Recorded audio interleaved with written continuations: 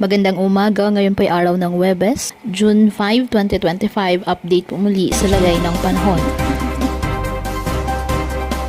Ayon sa pag-asa, southwest monsoon o habagat ang nakakaapekto ngayon sa Luzon, habang intertropical convergence zone naman or ITCZ ang nakakaapekto sa southern Mindanao. Sa kasalukuyan, wala pong binomonitor na bagyo o low pressure area sa loob ng ating Philippine Area of Responsibility. Para sa ating long range forecast, base po sa napakita ng weather models, isang malawak na kumpol ng mga kaulapan ang nabuo sa Pacific Ocean kung saan nakapaloob po sa intertropical convergence zone malapit sa PAR.